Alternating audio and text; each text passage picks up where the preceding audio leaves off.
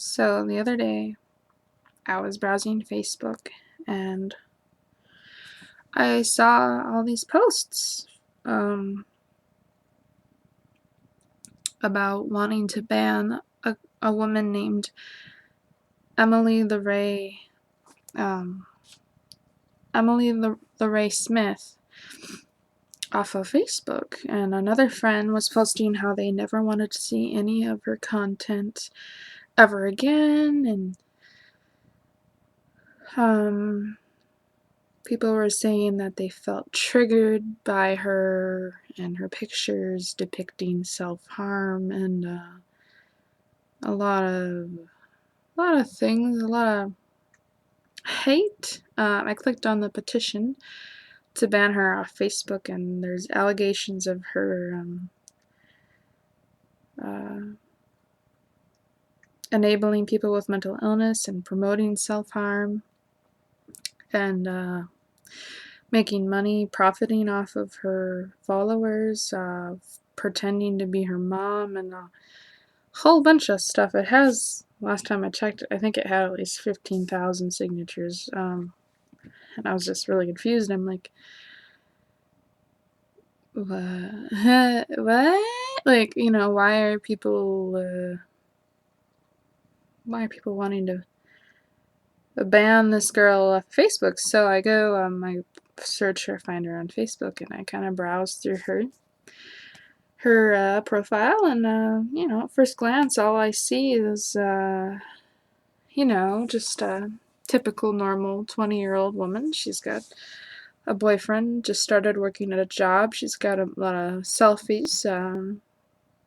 Very beautiful girl. But I looked closer, and I noticed that she's covered completely, her whole body except her face, in scars all over. Tons of scars.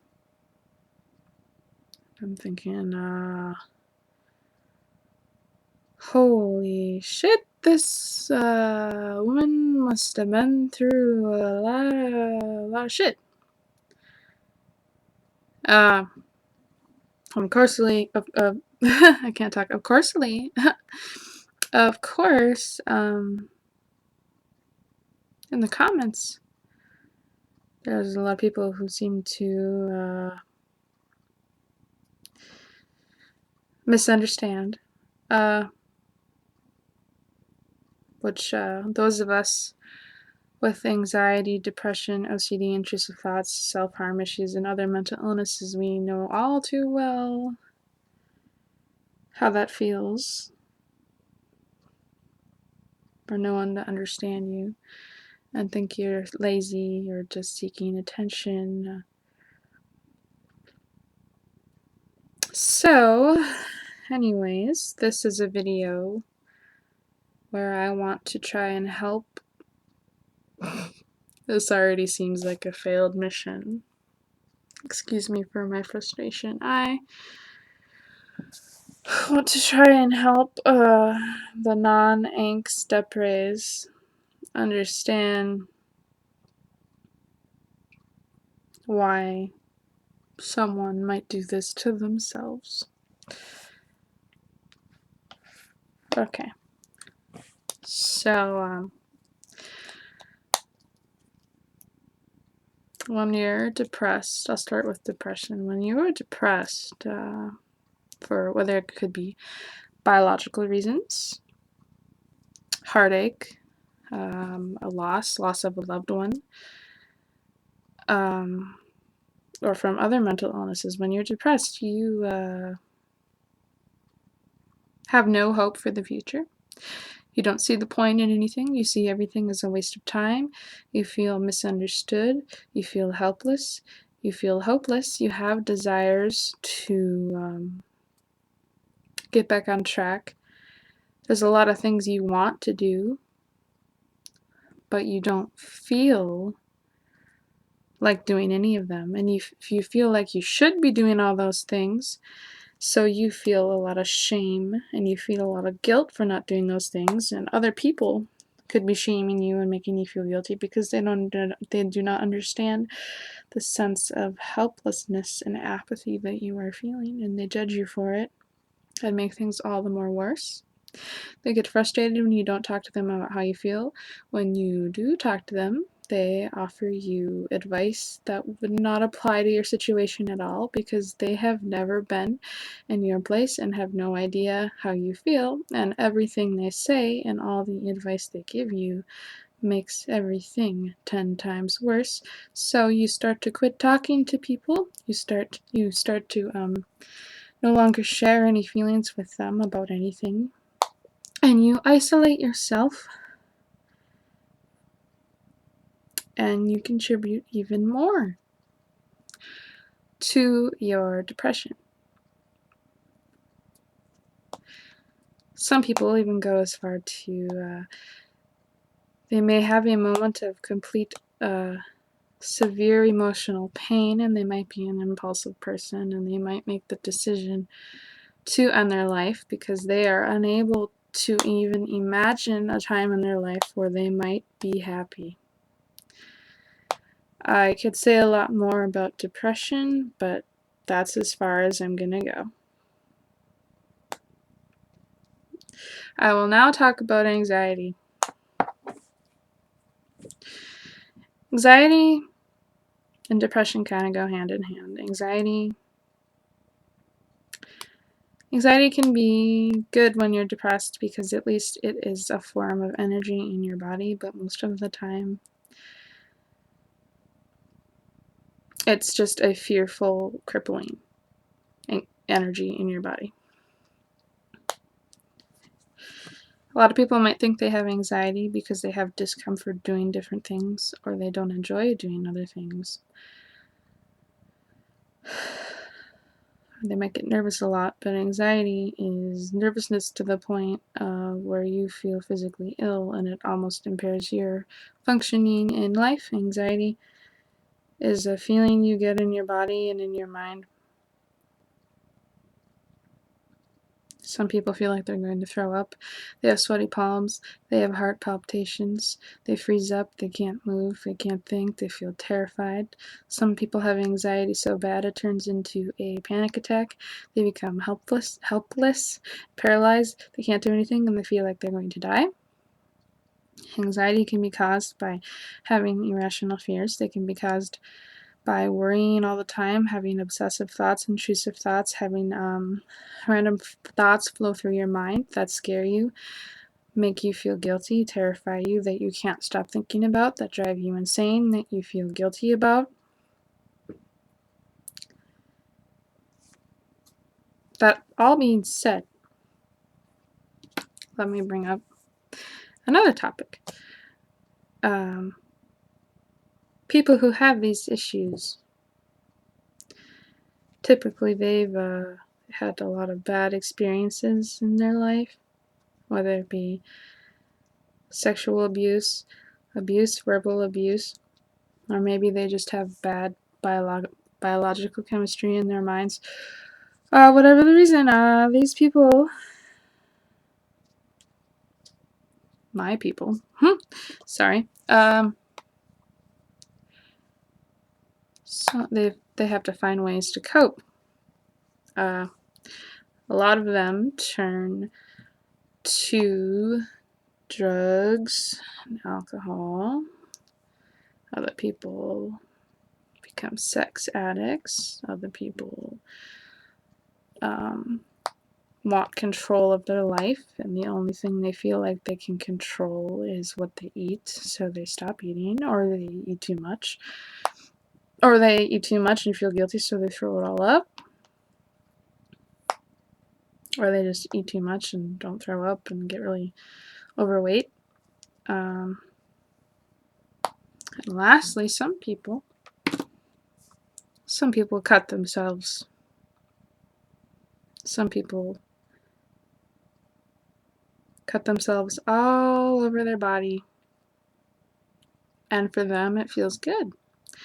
For them, they are taking all of that emotional pain and heartache that they're feeling in their mind, and they're turning it into a physical pain that they can feel physically, and it makes them feel better. It's an emotional release. Some people, they might be feeling guilty for things that other people have done to them, or things people have said, or things that they've thought in their own mind that they feel like they shouldn't have thought, and they feel guilty, and they deal with it by cutting themselves, by punishing themselves, and then they feel better. That being said, I don't think anyone who's self-harmed in the past, I don't think they should have to cover up those scars. I don't think they should have to walk around and wear a freaking full body suit all the time. I think they should be allowed to talk about it. This woman doesn't share pictures of her cutting herself. She just has normal pictures, full body pictures and selfies that any other woman would on their Facebook. There's a stigma attached to people who talk about anxiety and depression. It's not something you're supposed to talk about. You're supposed to keep it to yourself. Most people don't understand it. They don't understand other people who have it. They think they're crazy. They think they're just lazy. There's a huge stigma, huge disrespect.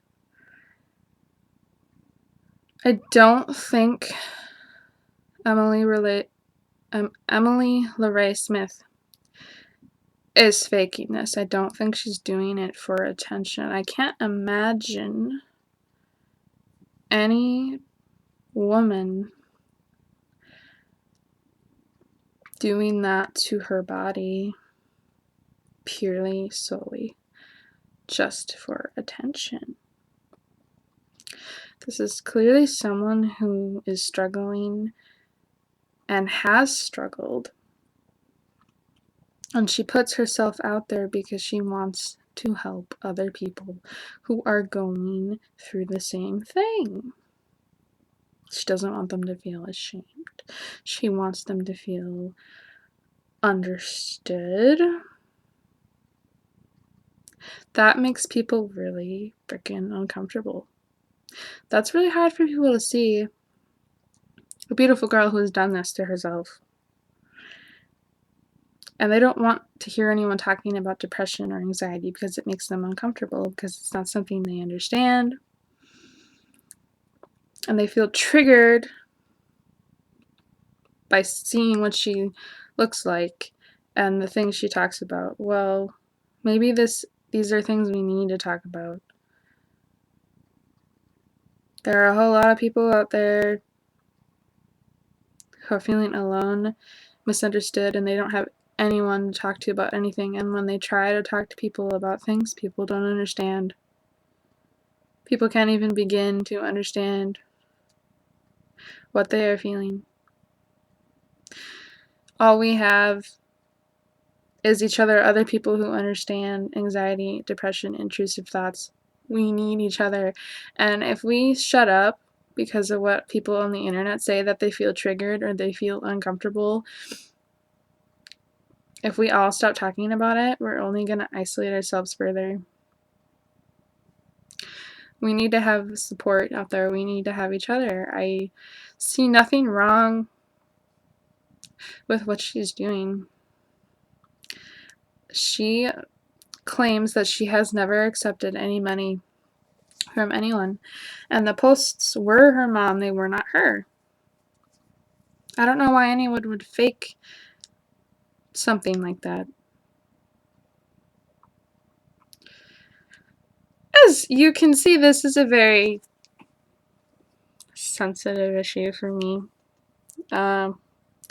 Hopefully I haven't offended anybody.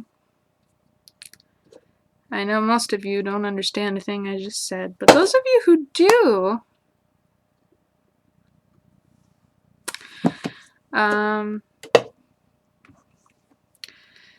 yeah, those of you who don't, be very grateful.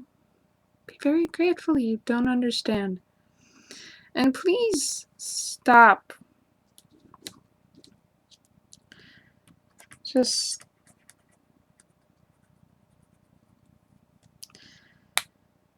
think about what you say to people who are depressed. Be really careful Just be very careful what you say. I know you're just trying to help, but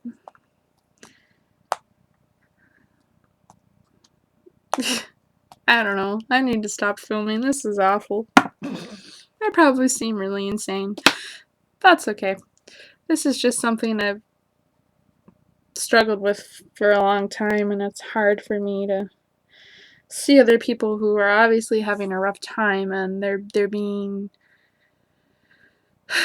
suffocated by other people who don't understand. And that's it. Okay. All right. Bye.